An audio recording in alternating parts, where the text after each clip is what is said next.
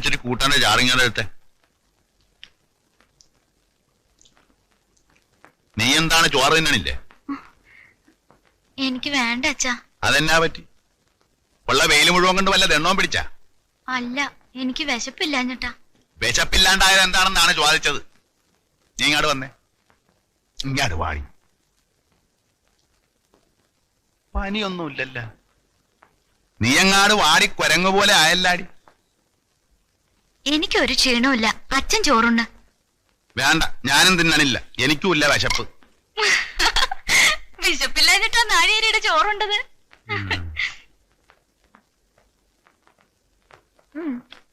എനിക്ക് വേണ്ടെന്ന് പറഞ്ഞില്ലേ?